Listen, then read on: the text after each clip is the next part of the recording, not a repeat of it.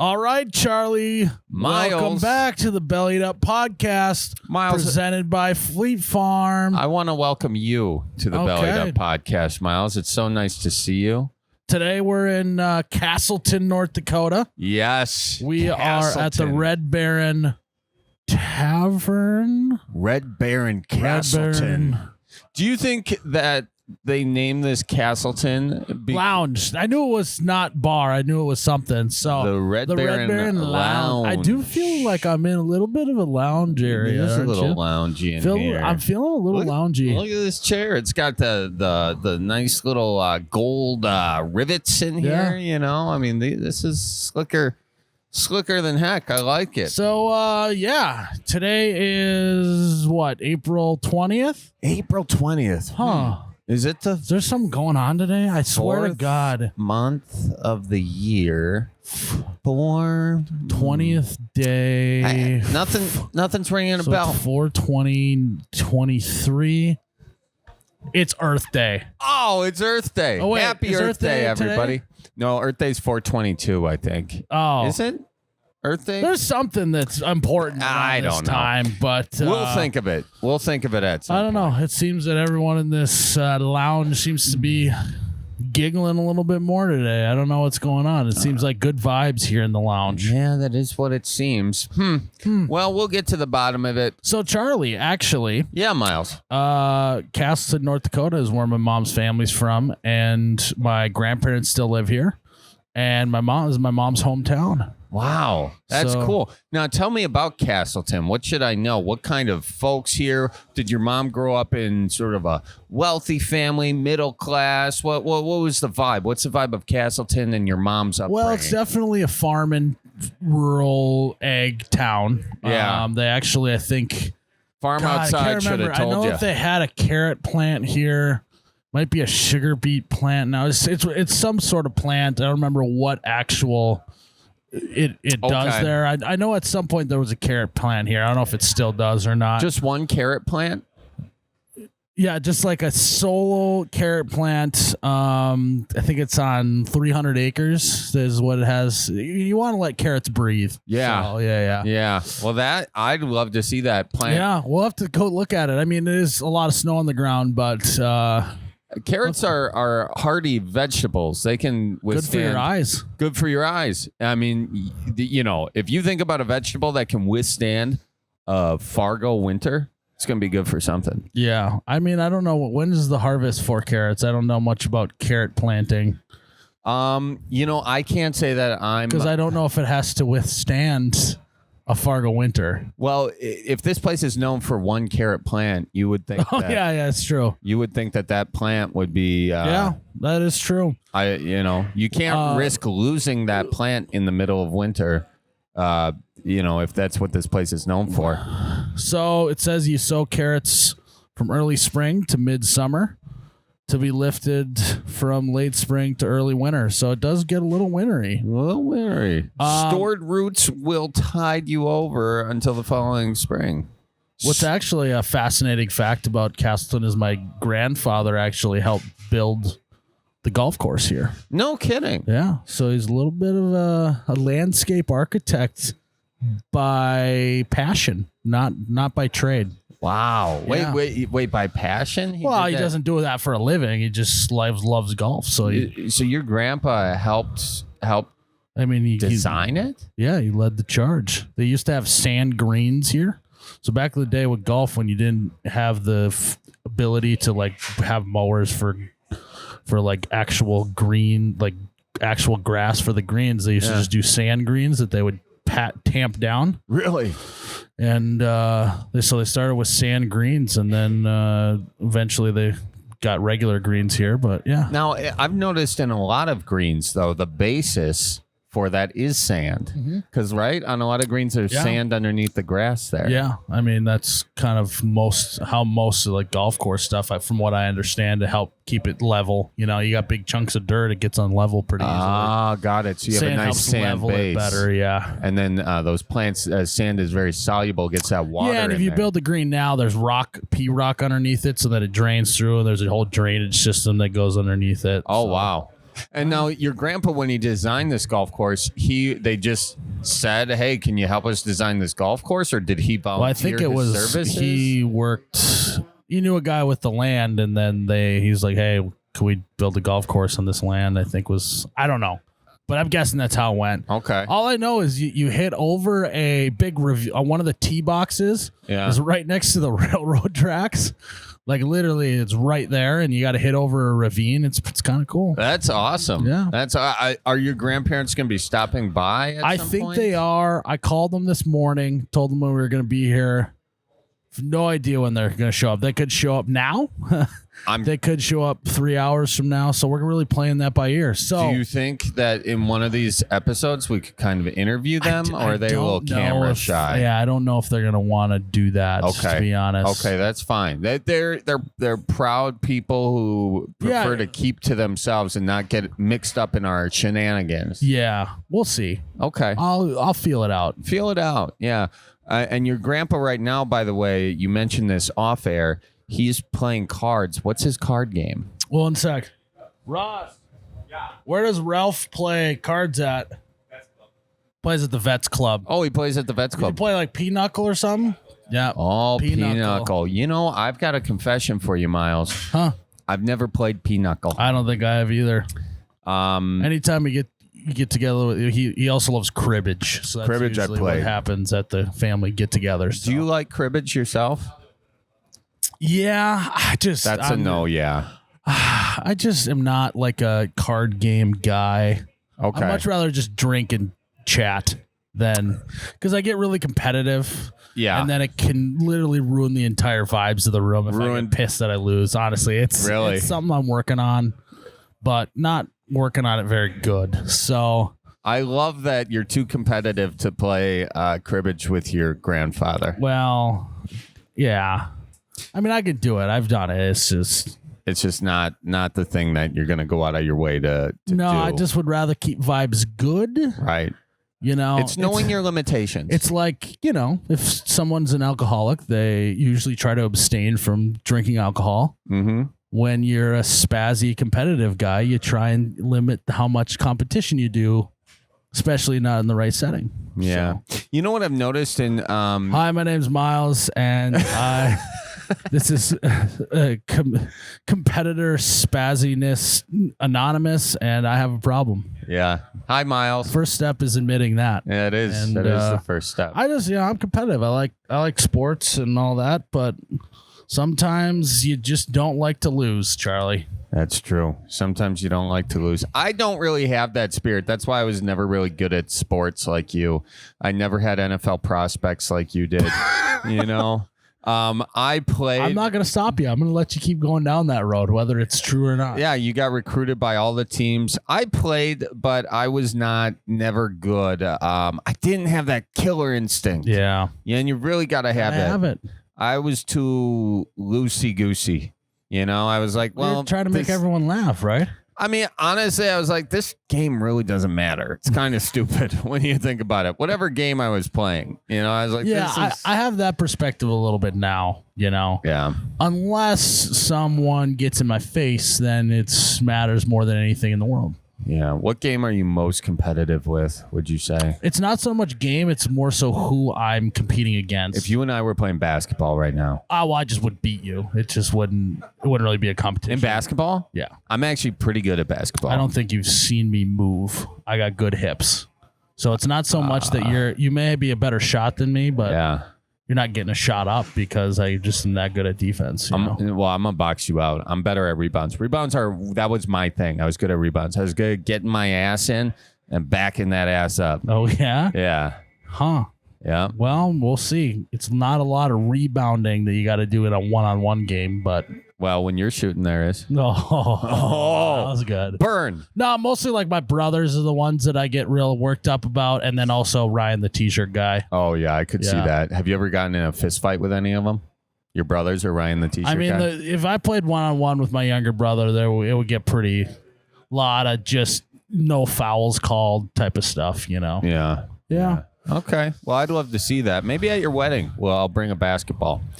Well, my wedding's already happened because it's April 20th. So. Oh yeah, that's right. I forget we go back to the future on this podcast. So regardless, maybe while this podcast is going on, we'll remember what April 20th is all about. I just can't. Just forget. Just scratching my head. I don't remember. Yeah. We'll find it. Why don't we take some callers and we find it? That sounds fun. Let's do it. Hello. Who do we got on the line? Hey, this is Jonah from Texas. Jonah from Texas.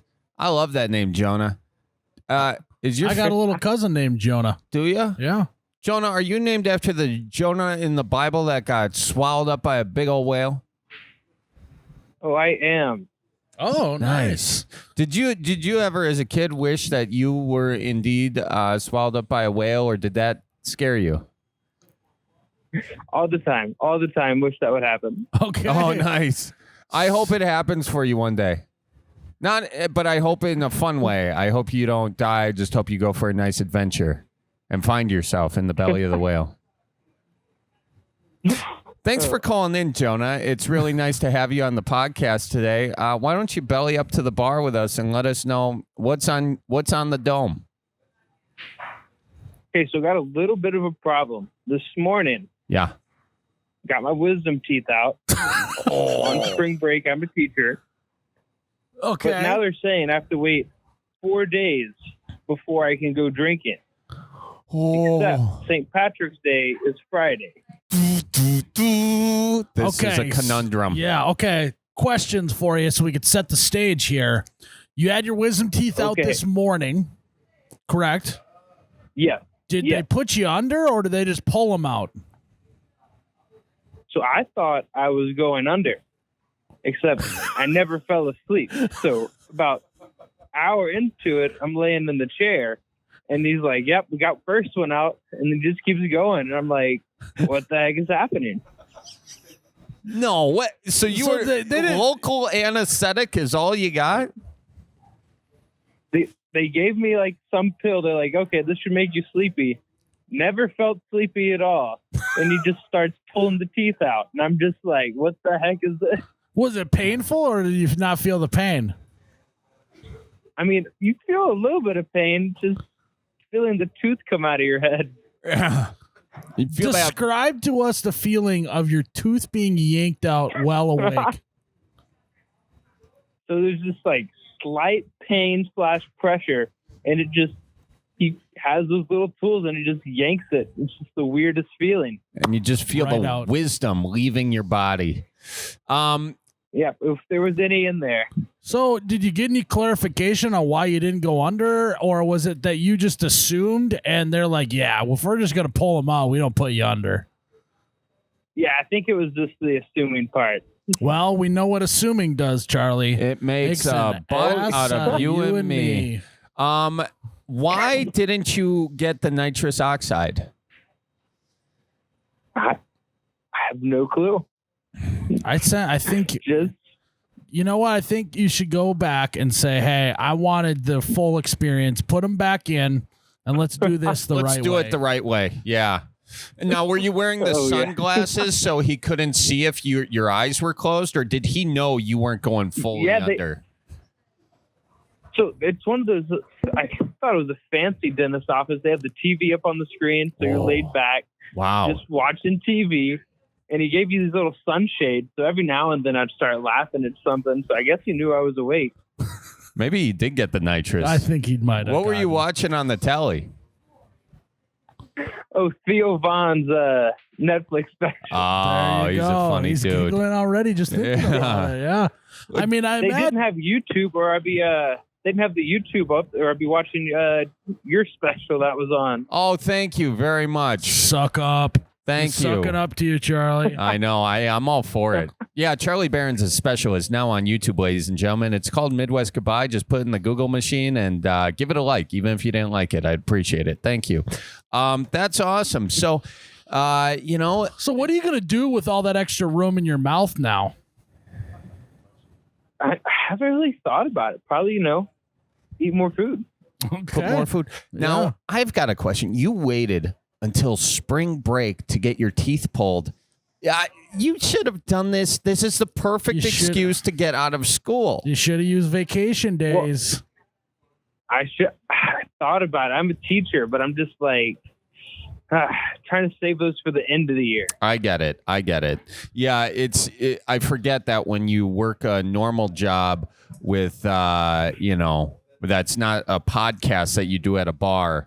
Vacation days are you got to stack them. I got to remember back. What's your vacation day strategy? Are you use them all at one time? You try, even if you're really, really sick, you still go to work. What's your strategy on that? So mostly just sick, go to work. However, this year, March Madness happened to fall on the same week as spring break, so that worked out. Hell Anytime there's like a major sporting event, that's when you take off. Okay. So not only can you not drink because of St. Paddy's Day, you can't drink, or not only can you not drink during St. Paddy's Day, it's also the basketball games. You're missing your little beer friends, huh? Oh yeah, for sure. You definitely didn't plan this out very No, good, you didn't. ya? And you've got nothing but not at all. nothing but Tylenol to satisfy the pain. Is that the case? Oh yeah. So I have to miss the green beer this year. Yeah. What time exactly did you have your teeth out? Because this is gonna matter here in the future. We're running numbers for you right now. Running numbers. It was like 9 a.m. this morning. Okay, so 9 a.m. 1, 2, 3. Dude, you're good for Saturday. You might have to miss Friday. 9 a.m. Saturday morning. You can wake up. You can crack a beer and just have at her. Yeah, you can. So there you have it. And we also do have to keep in mind that this podcast is being projected. We are going back to the future to talk about St. Paddy's Day for all of our listeners. Yeah. It's it's April 20th. Yes. Which I forget. Do you know anything that happens on April 20th? We've been trying to. There's something that usually happens on April 20th, but we've been unable to rack our brain. Would you be able to help us with that? I think I could help you out with that. Very special day. Very special day. You got your wisdom teeth out. Yep, wisdom teeth. Yeah. However, also cannot smoke on that day either. After your wisdom teeth come out. That's true. That's true. There's no smoking allowed after the wisdom teeth come out. I remember that when I got my wisdom teeth out. They said, Charlie, they said, don't touch it. They said no smoke and also no sucking, right? There's no straws you can use. You can't have any shakes or anything. Nope. No. None of that. Now, do you have gauze in the back of your mouth and it's all bloody and stuff? Oh, I did for the first hour and a half. It was miserable. Yeah, you got to make sure you don't get dry sockets either. That would be a disaster because then you really can't have any fun this weekend if you're not taking care of those holes in your mouth. Yeah, our best advice is really take care of the holes in your mouth. And also, this is a really unique time. You don't have work. You can't drink. So it's just nothing but you and your thoughts. What are you going to do? That's too terrifying to think about. Okay, so you're calling into a podcast. You're doing everything you can to not be alone with your feelings right now, aren't you? Everything. Good for you. Good for you. So, I mean, really, I think you're just gonna have to bear Friday with no going out on St. Paddy's Day, but I think you're ready to go. 9 a.m. Just as soon as that baby strikes 9, you can go for it. That's the advice you would give them, right, Charlie? That is the advice I would give. Yeah, this isn't such a big deal, I don't think. It's just my real question is, what are you going to be doing over the next few days when you've got nothing to distract yourself? I mean, what's the plan? What's coming up for you with all this stillness in your life? What's coming up for you? What emotions are there? I have no clue. I live next to the river, so I'll probably just go fly fishing or something. Oh, he's a fly fisher. God, he's in Texas, right? Yeah. God. What kind of fish do you get out of that river? Well, they start stocking rainbow trout, but those are starting to die off. So now it's just bass mostly.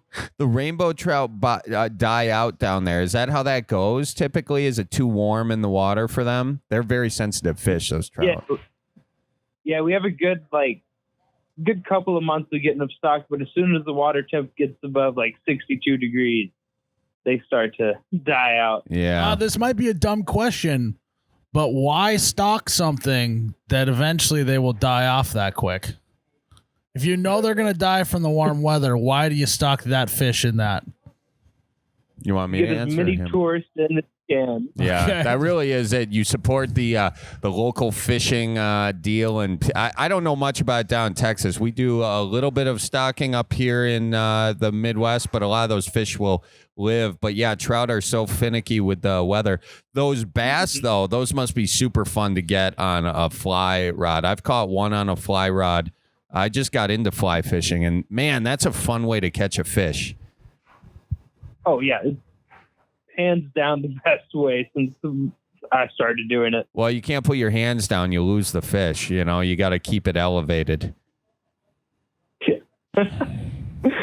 Shoot. He forced that thanks for laugh. letting me, Did you? He's like, getting on it that out. note, I'm He's out. like, this is actually making the whole teeth pulling. This is like talking to us is literally worse than what it was this morning of getting his teeth pulled. Yeah. This is worse than pulling teeth for him. Yes, He's it trying is. to get off the call, Charlie. Well, I did it. I Now, took it there every with single time you start trying to talk fishing with people, they start to glaze over. No, Charlie. Miles. It's not just fishing. It's also bird watching. Yeah, that too. It's also talking about my snowmobile. People. And you're now getting into roasting nuts. And That's nuts. also going to glaze people over. Yeah. Oh, I like what you did there with the glaze. Yeah, you can glaze some nuts too. Well, this was super. Now, Charlie, Yeah, here's the benefit. We're right here on the Guadalupe River. So when you're fly fishing, you also get the aspect of bird watching, especially when the birds start to migrate. So it's a 2-for-1. Wow, yeah, you got a 2-for there. And you know what? I'm going to throw in a 3-for. The thing about fly fishing that's so much fun is the bugs, the flies. You look at the flies that are hatching, Miles, because you know it's kind of like match the hatch. So you look for the ones hatching in the river, and also the flies buzzing around. You bring your binoculars out, and you don't just look for birds. You look at the flies, and there is many species of flies as there are birds. So you have just a whole experience over there. I'm very excited for you. Oh, yeah. You'll definitely have to make your tour down here. I'm next to Austin, so you'll need to come swing by. I'd love to come swing by. I'll bring my fly rod. How does that sound? Sounds great. I know it's kind of local spots, but don't think I should have been talking this much right after surgery. Killing me.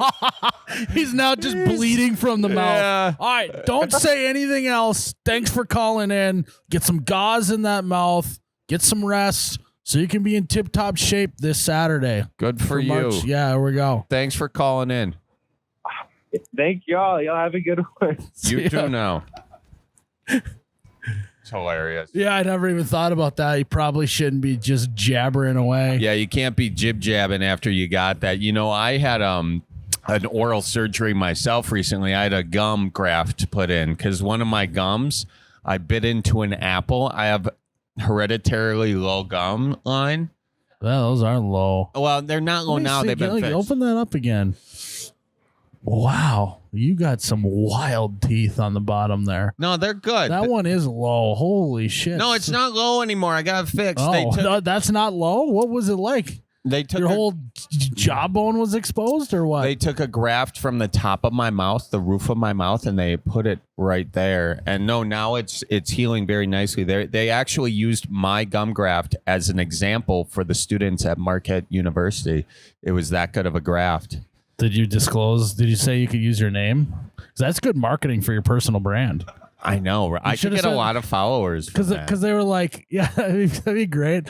So like normally in that like situation, they would just make sure that there's no personal information of yours. You're like, no, I want the personal Yeah, information. could you guys put my handle on this? Throw at Charlie Barons on the like a watermark over the over the photo that they show. I would get so many bored dental students following me. Hey, You know? we could start a dental podcast. Well, yeah, they need something. They're always Well, so far looking. this episode, we got a dental podcast. We do. Yeah. We talked about a lot of dental things. Oh, can you All pull right. my arm? Yeah. My upper While we back do hurts this, a little. Oh, yeah. While we that's do good. this, we're gonna take another caller. What do you think? I think that's good. Oh, yeah. Thank you. That helps. Hello, who do we got on the line? Well, how's it going, fellas? funny. It's Thomas from Woodstock. I was just actually recently on episode 39. Thomas from Woodstock. Thanks for calling back, fella. Will you quickly remind the folks of what we talked about on episode 39? Yeah, I was going to say it's a little belly update. Yeah. But I was the one that called about getting advice for the best man speech. Okay. All right. And So, you have some follow-up or?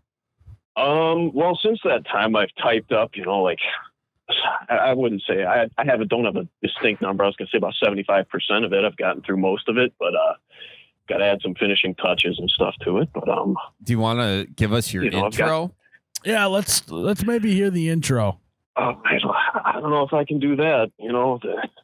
Avid listener coming from the groom. Well, what day is the wedding? What day is the wedding? Again, we forget. It is September 15th. Oh, yeah. And you already have 75% of your shit written? He's a go-getter, Miles. He's a go-getter. My wedding is literally quite the opposite. Oh, you're not a go-getter. I'm a master procrastinator. But after that call, it sounded very unprepared and unready for this. I was like, all right, maybe I should start this. Oh, okay. That's true. And we weren't giving you much either. Yeah. So here's the thing, too, is he definitely hasn't started. He just has to say 75% of the way done. That's why when we asked him to say some of it, he's like, no, the guy listens. So, yeah. Okay, oh, no, I can share the Google Doc with you guys. You can read it on your own time. But some light reading, maybe. I'm not going to share this out loud over the air. Okay, fair enough. Well, belly on up to the bar with us and tell us why you did call in today. So I am, as I mentioned in the previous episode, I'm 21, and but you sound like you're 48. I never went. You do sound old. Well, you sound mature. I'll take it. Mature. But I went off to a local community college for, a couple semesters, never finished, and just started working. Yeah. And so I never got to leave home, and I'm starting to get a little fed up. Oh. Yeah, fed up. I don't know how to, I'm currently saving money, putting it away. And, I have roughly enough to get 20% down on a house. Nice. But it's just, with today's market, it's kind of wild. Okay. Well, okay. So you're wondering, what should you do? Should you wait? Should you go for it? Is that kind of what you're thinking? That, yeah, because what's a solid interest rate? If I can get start going to houses and they give me an interest rate. I should take this, and what's don't be stupid. Wow. Oh, first of all, glad you called into this podcast for financial advice. This is the most serious request for advice we ever got, and I got to tell you, Miles is actually pretty well equipped to answer this. Yeah, I'll let you go first. In the real estate. What's up? I dabble a little bit. Charlie, you dabble a little. I dabble a little bit now. Mostly though, Charlie, you got a lot of people around you that help you do that, right? I do. I have some folks that help me make the right decisions, and because I'll be honest with you, I'm a very emotional buyer, but the good thing is I know that about myself, and so I find people to prevent me from making big mistakes. And that doesn't mean I still haven't made big mistakes, but I think you're good to save your money and that you have 20% down. It's going to be tough for you to get a good interest rate. I'm guessing. What's your credit like? Okay, so hold on though. Okay, see, I already screwed it up. No, you're good. This is the thing that's been going on though. Is everyone's like, oh, it's a bad interest rate. It's a bad interest rate times right now. But let's put some shit in perspective here. All right. Back in the day, I mean, a good interest rate was like 14% back in the day. Yeah. I mean, I'm talking a while ago. 80s. Right? 14% for a house. They were still buying houses. It ended up still being a good decision. They were still able to, if they sold it again, appreciate and make money on it. And now we're spoiled here in 2023. The interest rate goes up to 6% instead of 3%, and everyone starts panicking. Yeah. When in reality, the way the world works, it's so easy to refinance later. I wouldn't necessarily wait to buy a home. I would just go at the lowest rate you can find in your area. Then I would live there until the interest rates go back down, and I would refinance, and bada boom, bada bang, all of a sudden, you're investing in your own asset instead of paying rent to someone else who's making money off of you. And if the place you're buying is big enough, you could even rent out a portion of it to a roommate, or perhaps, and this is what I did when I first got a place. I bought a duplex and I lived there, and then I had a tenant also live there. So that covered my mortgage. And I was basically, you know, aside for the down payment, I was kind of living there rent free, if you will. What do you think? So that's the thing is I got some buddies that have already asked me if they can live with me. So, you know, making the payments, I don't see that being much of an issue. But I also don't want to, turn this into a frat house. Okay, second part of his question. He acts 48 too. Yeah. He acts for it. You're acting. I'm getting dad vibes. You know, you're a responsible dude for being 21. But I feel like you know yourself and you know what you don't like. And yeah, you don't want guys coming in and be a big drinking situation, because you know what drunk guys do? They put holes in walls and doors, and then you got to fix them, and then it screws up your relationship with these friends. Now, one thing you can I do. think that has to do with me not going for college. Oh, Yeah. why didn't you go for college? Well, I was supposed to start right when COVID started, and I didn't feel like paying all that money to go to a university. Yeah, and then do all your classes. school online. Yeah. that makes sense. Yeah. So, I never went off, and I think that kind of just killed the party life. Like, I don't enjoy that stuff anymore. Okay. Well, here's the thing. I'm going to talk you through a pros and cons list of living with shitheads. All right. Oh, I'd love to hear this. Pro is you can use their dumb stuff as leverage for future stuff, meaning they punch a hole in the wall. You tell them they got to fix it. Plus, they now are on snow duty this winter because they feel bad about punching a hole in the wall. You can then get free labor out of your dumb buddies because they're acting like idiots, and then you can cash in on them being dumb. Well, and you got to remember that Miles is this is Miles in his sweet spot. Miles, you should go into where Miles works, and you are the ringleader. You like it. You like being that head honcho. The question for him is, before you give him more of this advice, does he like being the head honcho, or is he sounds super mature? I think he'd be able to handle that. But some people are like Rex in Toy Story. I don't like confrontation. That's kind of how I am sometimes, and sometimes you just don't want to deal with it. Do you think you'd be able to sort of be that ringleader, or are you trying to avoid confrontation? See, I'm not much of I'm a very mellow guy. I don't look for confrontation, but I don't avoid it if it's there. But that's something that I have to get used to, because I personally do not want to buy a house yet until I start my new job, which hopefully will be towards the end of this year. Okay. And that'll definitely help with. Have you looked at a duplex? Because then you have your room and you have their room, and they can get roommates and they can do their thing or whatever. And then whatever is messed up in the house, you just take out their security deposit and it's a non-issue.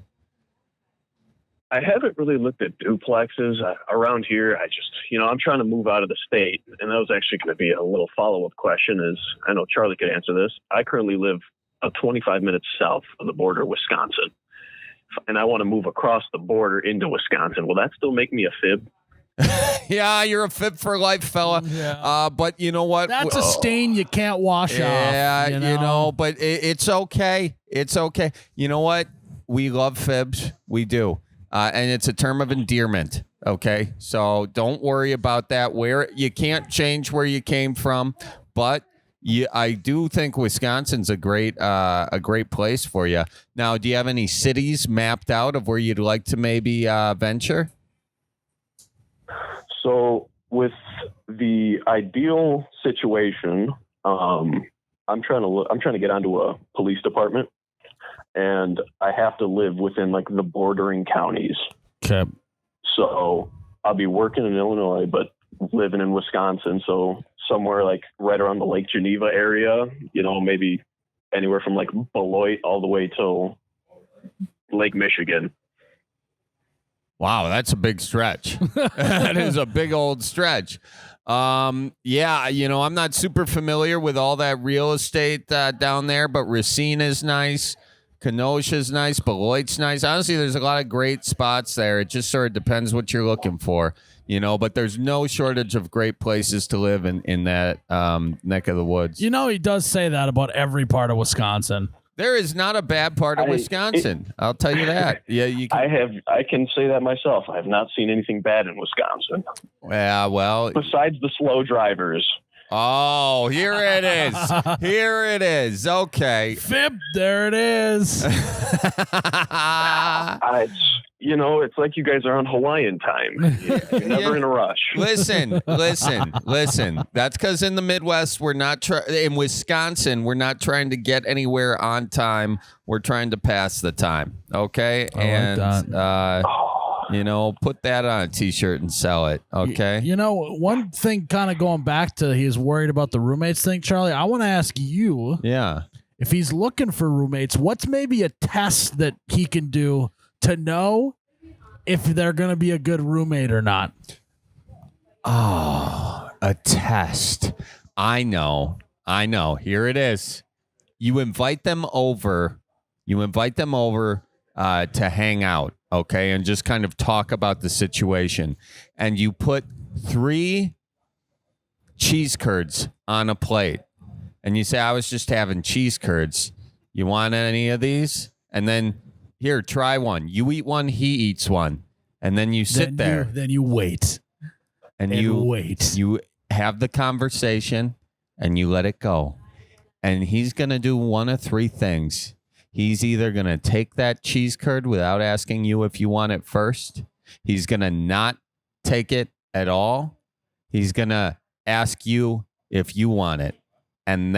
Or he's just going to eat it. So 4 things. Depending on what he does, will determine if he should be living with you or not. Now, my question for you is, what would he have to do with that last cheese curd to make you want to live with him? Oof. If he doesn't, offer it up, as long as he gives me an in-depth review, if it squeaks or not, or if, I got to live with a smart person. He's got to be educated. So, Well, there's one thing being educated, and there's one thing being educated in cheeses, though. I think, Charlie was educated, but he's not very educated in cheeses, because the only one he knows is cheddar. No, I also know Pepper Jack, Munster, Gouda, Swiss. Okay, there we go. Mozzarella. Mozzarella. You're reading the back of the menu, getting the different cheeses offered on burgers. He's looking at the pizza toppings. Yeah. Colby. There's a lot of cheeses, dude. Who cares? Cheese is cheese. Bottom line, if he just takes that last cheese curd and doesn't ask you for it at all, you don't want him living there. He's a selfish human being. There, I said it. Okay, problem solved. There we go. So I think that's the test. That's the test. And then I would say buy a home as soon as you can. Do the test on some roommates. Get some roommates in there. And then set some ground rules. Do some non-negotiables. Hey, if you're gonna use the restroom and kind of blow it up, make sure you use the upstairs one, not the downstairs one. Stuff like that. Establish pee corner. It's just make sure that everything is, in place when they move in. Come in hot with the rules. Okay. Have your demands there, but also do not let a friend come in that you want to keep for a long time. Because That's true. Do not move in with your best friend. That's a disaster. Unless you want to end that friendship. But those are sort of the tidbits. But I'd really tell you to get a duplex because that'll give you your space, their space, and then that sucker can pay for itself. Why are you laughing at me? Because duplexes, like in the areas that he's talking about, there's just not that many duplexes available. It's is that more, like a Milwaukee thing? Well, I just think it's like a more suburban area. No, there's usually in the cities. There's all duplexes. There are duplexes in Beloit. Yeah, it's just harder to get one. Yeah, I suppose. I don't know. I know nothing about this, honestly. I've screwed up so many financial decisions. I'm not the person to ask, but I think we gave you a good deal with the whole cheese curd test. So I'm feeling good about that personally. Yeah, well, and then the second thing I had was a buy-sell trade. Yes, yeah. All right. This is what gets me excited in the morning. Buy, sell, trade. What do you Come got? on down. Or Actually, I'm going to go on Craigslist. well, that's actually where I planned to sell it if, this doesn't end up working out. Well, it usually does on this show. We get a lot of stuff sold. I'm sending you guys a picture through Instagram DMs. Okay. Jared will pull it up. Jared's got it. Yep. Suzuki 2017 Suzuki Boulevard, 12,500 or best offer, Woodstock, Illinois. Let's hear the pitch. Let's hear the pitch. All right, I'll stop reading. So it's a nice looking bike. When I was, when I turned 16, I was able to drive, and I've always been interested in cars. So I was buying and selling cars for quite a while. And I'm sorry. At 16 years old, you had been buying and selling cars for a while. You are such an old man in such a young person's body. I love it. You're an old soul, and we're glad I'm old you're school. Here. He's old school. Yeah. Continue on. But, over the years, I've picked up some coin doing that. And so now I currently own a car and 2 motorcycles. Right. And, with wanting to buy a house, I figured it's time to let go of one of them. And I feel like that might be that one there is the best option. Okay. All right. I'm going to need a car, and my other motorcycle's a little too much fun to get rid of. What's your other motorcycle? Don't talk about the other one. We're trying to sell this one. Yeah, don't we're trying talk to about how much cooler your other motorcycle is. Yeah. We don't want it to. Well, it's about for marketing. The right price, you can always get rid of both. Okay, there we go. I like that. All right. It's all about marketing, my guy. It doesn't matter what the price is, whatever. If you can sell this thing the right way, you can get it sold. Talk to me. How sick do you look driving this thing down the main drag? Well, so the issue I used to run into all the time was my other bike's a crotch rocket, and I ride with a bunch of Harley guys. So of course you do. They all kind of congregate into their own group, and I'm on my own. So I was like, I got to get a cruiser. Okay. And so I bought that bike all the way down near Indianapolis. Drove her home. I'm super comfortable, amazing, super powerful. It's got just under 1,800 cc's. That's a lot of cc's. But if I know cc's like I think I do, that's a shitload. That's a lot. You heard of that many cc's, Charlie? I have a few seconds ago. Yeah. That's about it. Yeah. Okay. Tons of cc's. What else? And like I said, super comfortable. But as soon as I got the thing, instead of all these Harley guys getting compliments, all the attention turned to my bike. Even the Harley guys started avoiding looking at the other guys' bikes, and that became the conversation piece of how nice your Suzuki was. First of all, I love how you were trying to ingratiate yourself with the Harley guys by getting a Suzuki. I think that. Well, I always give them a hard time. I talk shit about Harleys, and I told them, I was like, well, I can never get one after what I've been saying. So, I had to find a happy medium, get a cruiser that also was not a Harley. Yeah. Right. Yeah. Yeah. I mean, I'd like to roll around town with 1,800 cc's under my legs.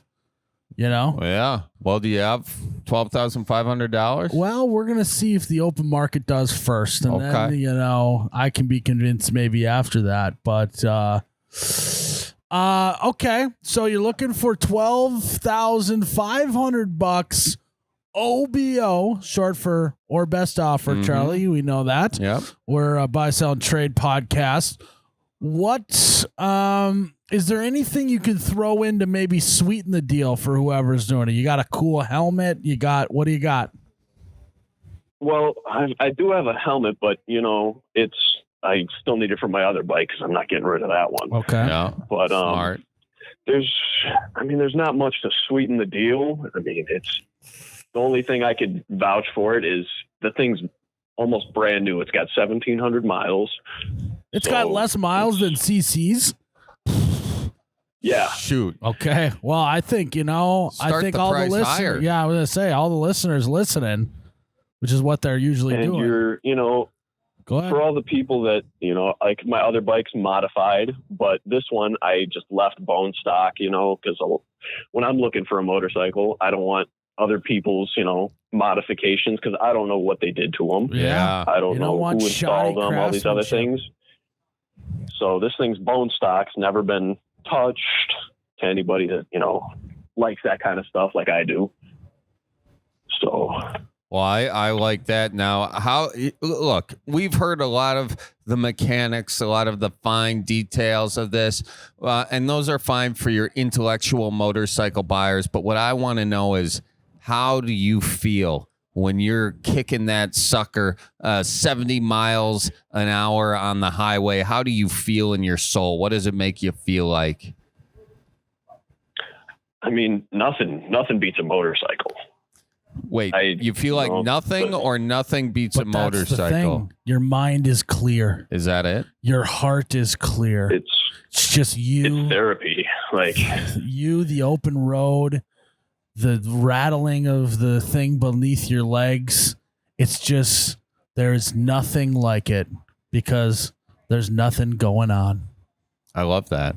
That is, Miles, that was really like going beautiful. out fishing when you're bored. I mean, it's a mode of therapy. You go by yourself, you go with your buddies, doesn't matter. It's equally as great of a time. So you're not just buying a motorcycle, you're buying a therapist. Exactly.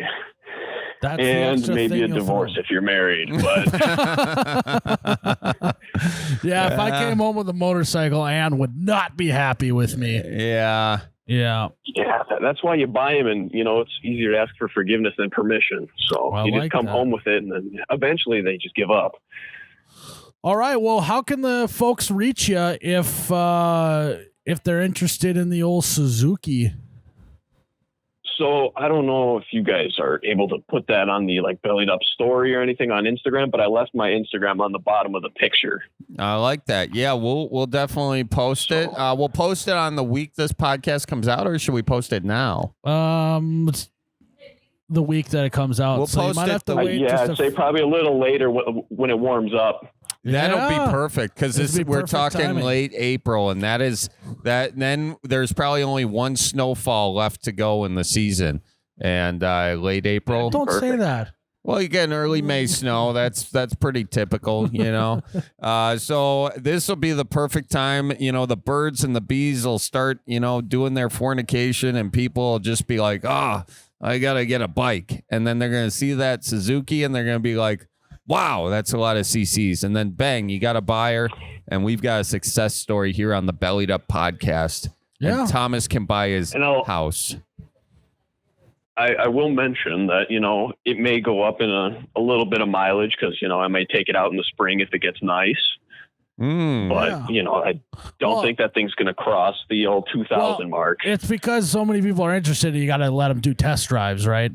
That's why mileage is going up. Too. Yeah. I mean, I can already hear the calls coming. Yeah. And also, he loves it so much, it's going to be hard for him to part with this. You know, and if it goes over 2,000 miles, I'd almost see that as a positive because it just shows how much he loves the bike, even though he's trying to sell it. Yeah. This is good. I think this will go. Yeah. I appreciate calling in again. Glad to have you back on the podcast. And I think we'll get this thing sold.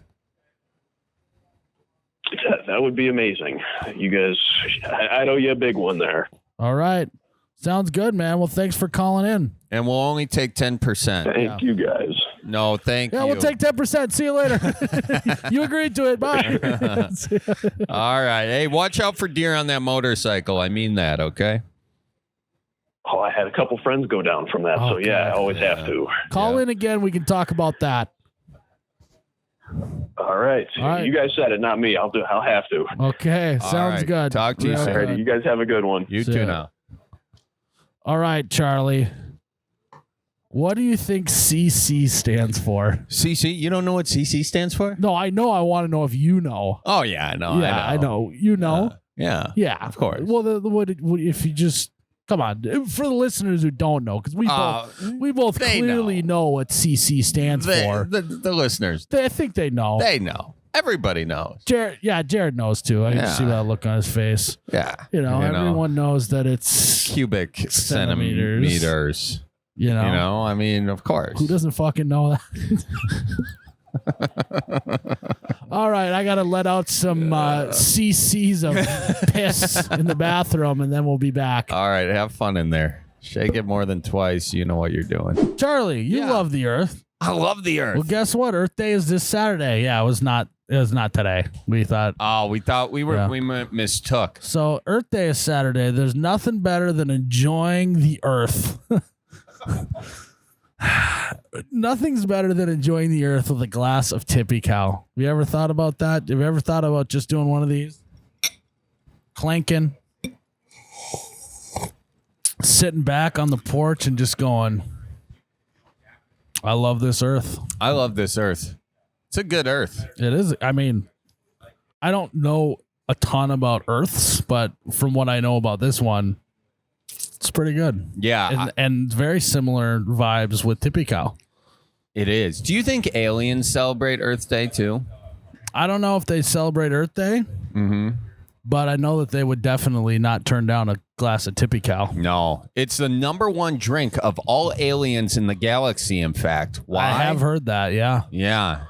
Why? Well, the Wisconsin cow is an absolute delicacy to aliens. It is, yeah. So every part of the Wisconsin cow, including the liqueur that comes from it, the rum that comes from it, yeah, is what they love. So seriously, everything tastes better outside for some reason. I don't know what kind of cows produce Earth the rum. Day celebrates animals too, right? Animals live on Earth. Sure do. And Tippy Cow's made from all Wisconsin cows. So this Earth Day, Charlie, why don't we raise a glass to aliens, to cows, to Wisconsin cows, and tip it on back with Tippy Cow. Amen. Folks, Fleet Farm is such a cool place. I go there on a very regular basis to get all my needs met. Yes. What are your needs, Charlie? Well, sometimes I need a new little screw for a carburetor. I can't find it, so I unscrew the one on my carburetor that's a little stripped, and then I go over to the Fleet Farm, and I says to the guy, I says, I need a screw looking just like this. He's like, bang, boom, bot. Bada boom, bada bang. Bada boom, bada bing, got you covered. And he finds me that little screw. Or sometimes I need a new boat seat. I got my favorite boat seat from the Fleet Farm. I got one too. I think we bought them together. We did buy them together. It's one of my favorite memories with you, Miles. I think we high-fived even. We did high-five. Nothing's better than high-fiving at a Fleet Farm, I can tell you that much. No. So head on over to the Fleet Farm for all your spring shopping needs. And by the way, spring cleaning, they've got some nice tubs there. They do. Totes. I call them totes. Totes. I call them tubs because sometimes I take a bath in them. Folks, Fleet Farm's got all the things you need for spring cleaning, for winter cleaning, for fall cleaning, and for summer cleaning. Check them out. Fleet Farm. Find your nearest one and have a heyday. Welcome to the Bellied Up Podcast. Who are we chit-chatting with today? Hello, this is Mankato Ann calling back in. I don't know if you remember me, but I called probably back in November or something. I don't know. You called me a coffee snob, which I'm still trying to get over, but. Were you being a coffee snob or no? What's that? I said, were you being a coffee snob or no? Well, I don't know. I didn't like gas station coffee, so. Oh, yeah. So, yes is the answer, Well. Yeah, I guess. Oh, yeah. Why don't you belly on up to the bar with us yet again and tell us what's on your mind? Okay. Well, first of all, I just want to address a little blasphemy that happened in the last episode about Mankato. So that's where I live. And I heard that we're saying Temecula is by Mankato now. Yeah, just southwest a little bit, just southwest. Yeah. Uh-huh. All right. Mm-hmm. Okay, well, I just wanted to clear that up. Not sure if the locals here will take kindly to that. That's a pretty California-sounding name. Well, Temecula, I mean, just trust me. If you go south and you go west, you're going to hit it. It's just down the road away. That's true. Yeah. Okay, all right. Good to know. Well, I'm glad you guys could inform me. Yeah. Now belly on up to the bar with us today, and let's really get into it. What is going on with you today? Let's let the past be the past. Yeah, you're bringing up a lot of the past. You got to remember that was when Charlie and I were really drinking heavy. Yeah, we're goldfish. We're not hanging on to any of this. If someone called you a coffee snob, we've forgotten it. It's water under the bridge. I've already forgiven you for getting mad at us. So I mean, it's all Oh, I didn't get mad. No. Okay. It's all we're Febreze brothers. Fresh start. All right. There we go. Why don't you belly up to the bar with us and tell us what's on your mind? I would love to. Okay. So recently, my older sister has said that I am a Karen. And yikes, that was pretty hard to swallow, I mean, I'm one of 8. You're getting it from every angle. You're getting called coffee snob by us and Karen by your sister. If one person says that you're a horse, they're crazy. But if 10 people call you a horse, you might as well just get a saddle. Yeah. And I think that that's starting to maybe be a little bit of a trend. What do you think? Oh, well, okay. So can I share the situation that it came out of? All right. Okay. Hold on. New game. Game.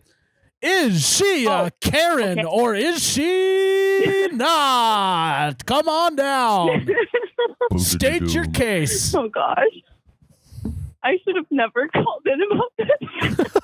I'm just realizing this could just confirm everything. Okay.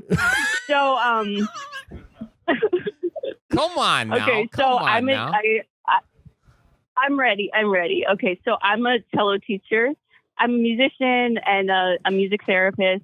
I teach cello, piano, guitar. Anyway, I have this new student that just started in the fall, and he's 5 years old, and he, like 3 years ago, he started talking to his mom and saying, I play the cello. And she was like, oh my gosh, he wants to play the cello. So he got all excited.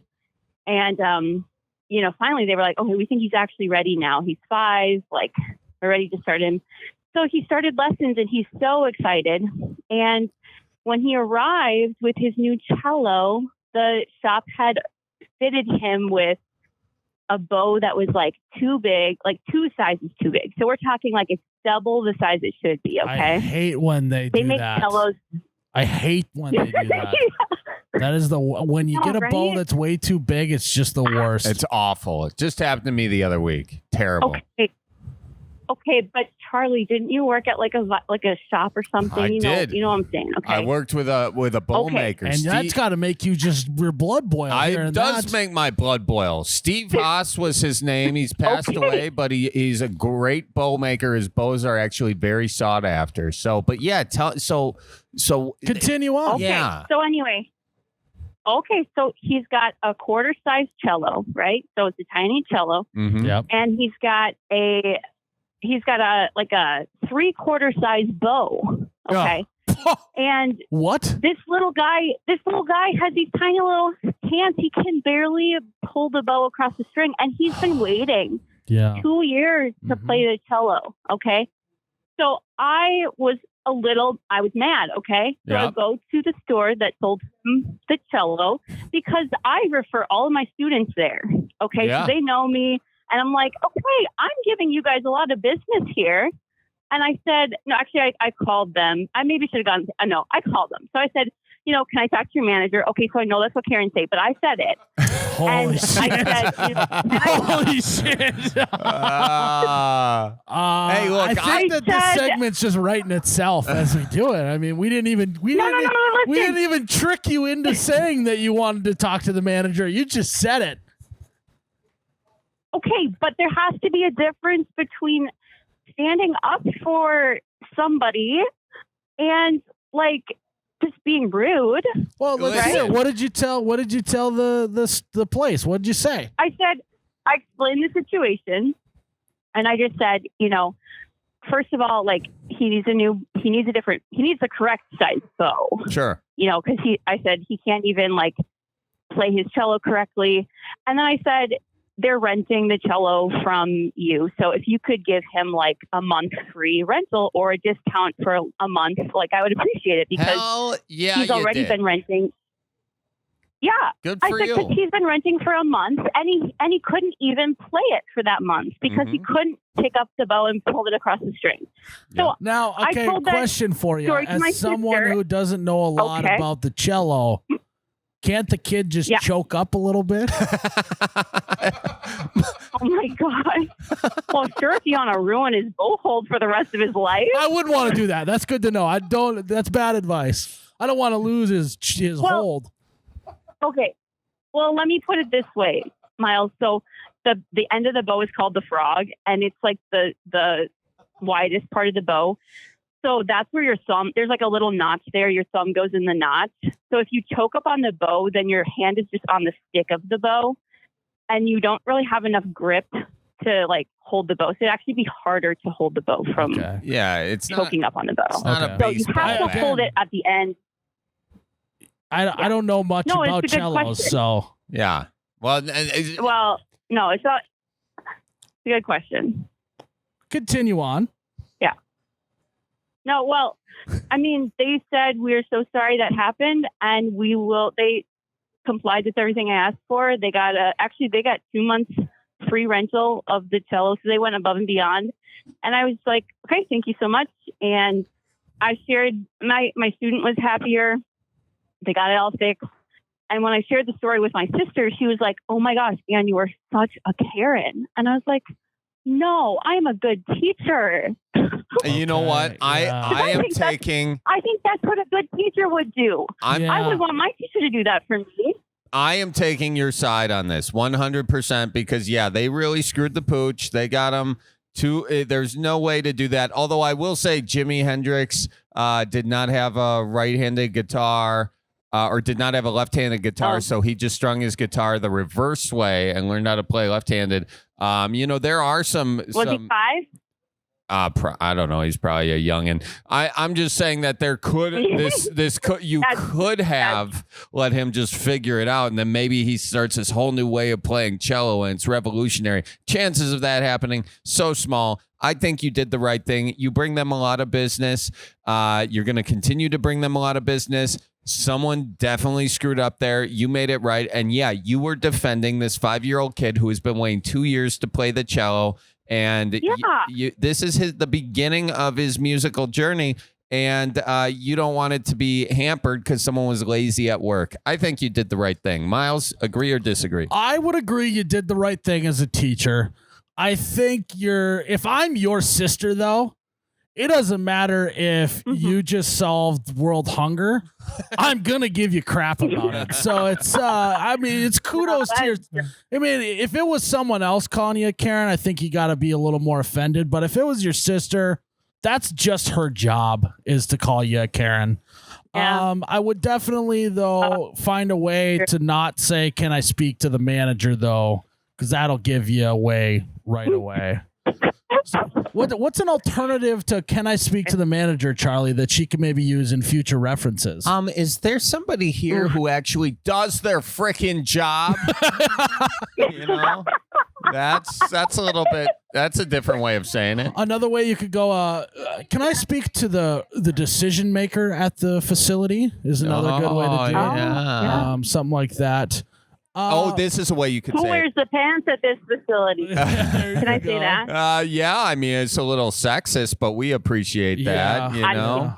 I'm kidding. Yeah, we don't appreciate sexism. That was a joke. But you know what you can say is like, "Hey, listen, I know that this probably has nothing to do with you, and it's probably tough for you to make this decision on your own because you may not have the power to do that. Is it like your boss around, someone I could talk to who could kind of pull the strings here? I just want to explain it to them. You could add a few more words, but get them right to the point. Where's your manager, sweetheart? That'll work. I was wondering. What style of haircut are you sporting these days? I don't know what you would call it. It's like shoulder length.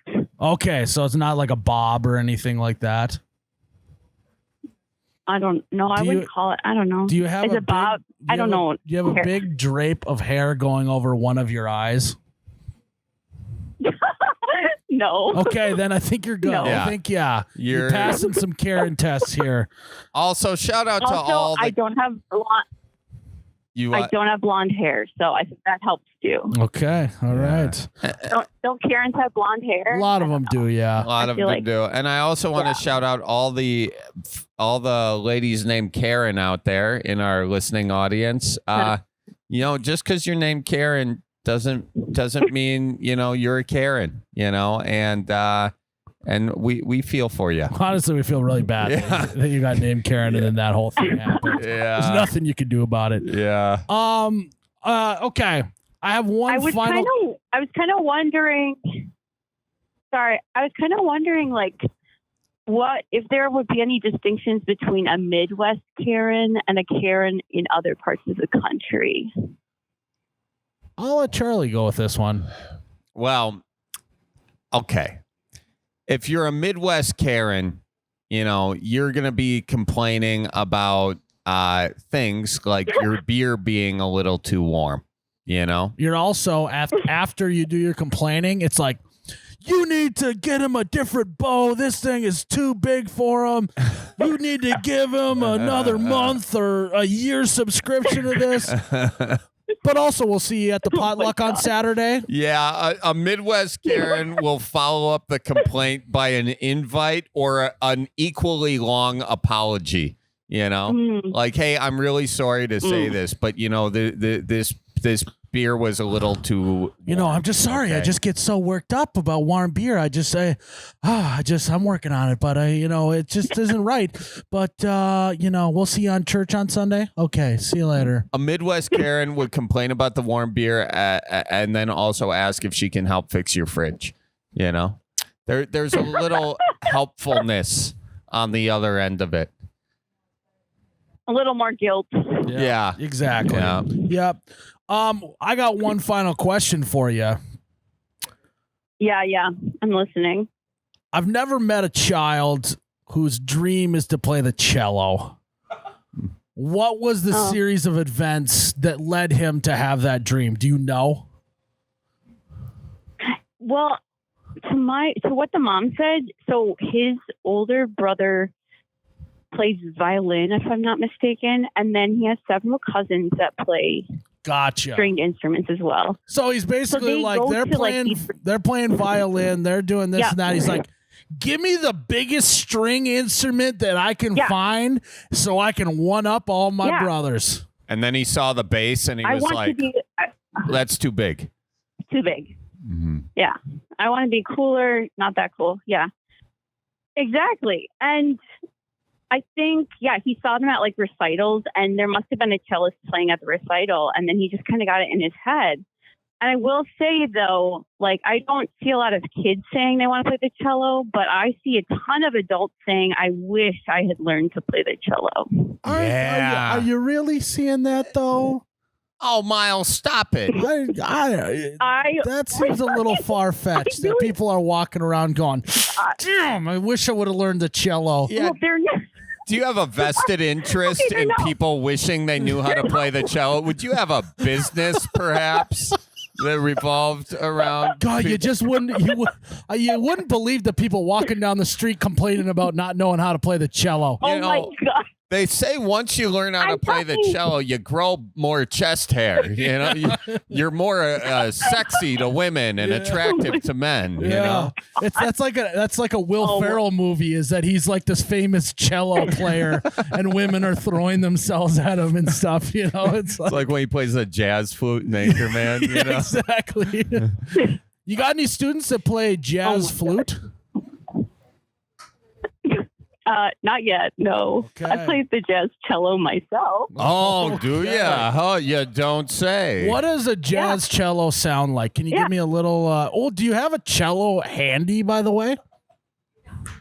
I do. I just got to get it out of the case. Let's get that sucker out of the case. Let's get it going. You're a music therapist, right?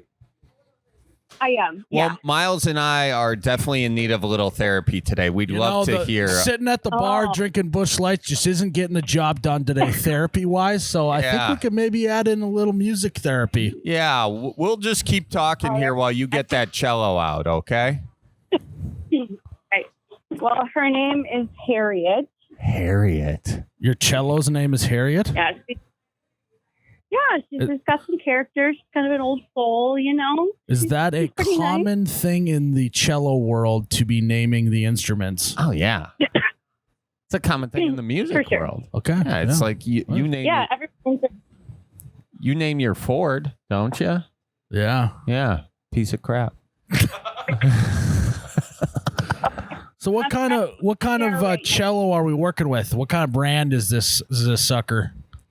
This is a J. Haida 2022. I just got it in November. Okay. I upgraded a little bit.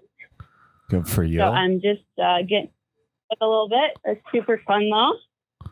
Okay, do we need, what do you need today? If you're needing therapy, are you feeling, are you wanting something upbeat or something soothing or? Soothing. I was out there.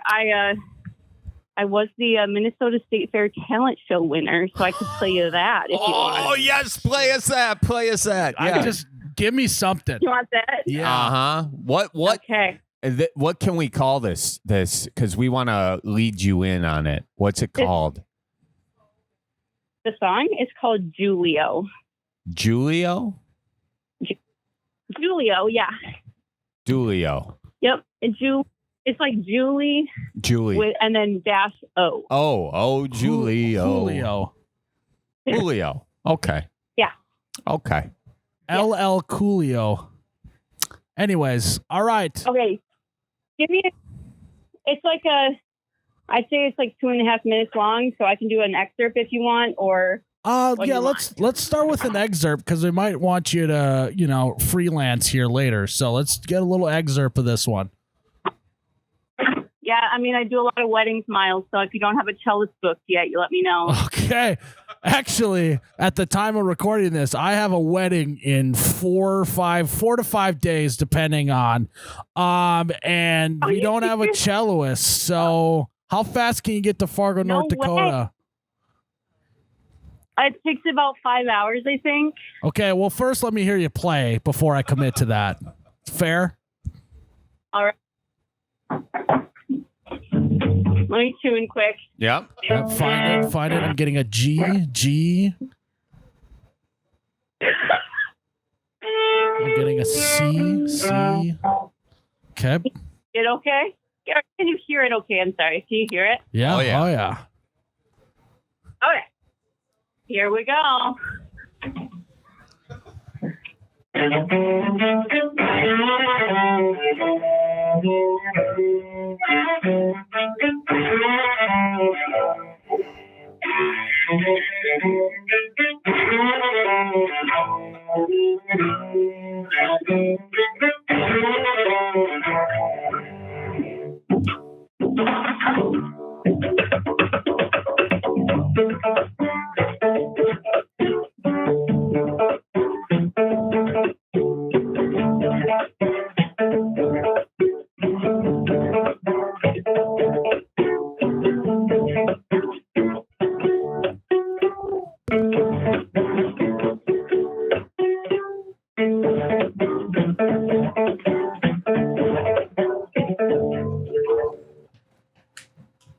Yeah. There you go. Hang on. That was so good. Miles was dancing. I was grittying to your music. Yeah, right. No, he was. He was moving. Did you hear it okay? We could. It was unfortunately the phone's phonetics didn't pick up every intricate detail, but it sounded like you were doing a little like finger slapping on that. Were you slapping the bass, maybe? I was. Yeah. I really felt that. That took out like some of the anger just seeped out of my soul when you did that. It felt like you were taking out, and it was so soothing. That was wonderful. That was really good. All right. Well, thanks for listening. I want you. Okay, here's how we're going to end this call, okay? This is the end of this episode. Yeah, okay. And this is going to be the outro music to this episode, okay?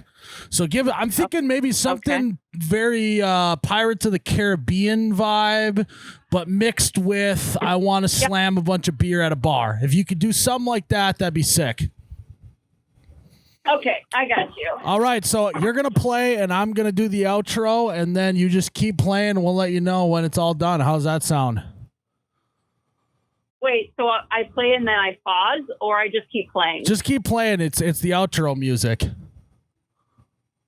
Okay, I got you. All right. Do I go now? Whenever you're ready. Okay. Well, good folks, thanks for tuning in to another episode of the Bellied Up Podcast. I am your host, Miles, you betcha guy, here with Charles Barons, your first mate and happy companion on the Bellied Up cruise. Yar! Yarr. We will see you in the next one, and thou shalt not doth forget hath to pay thy bartender. Always pay thy bartender for their hard work, and if thou art giving 5-year-olds bows for their cellos, See y'all in the next one. Okay.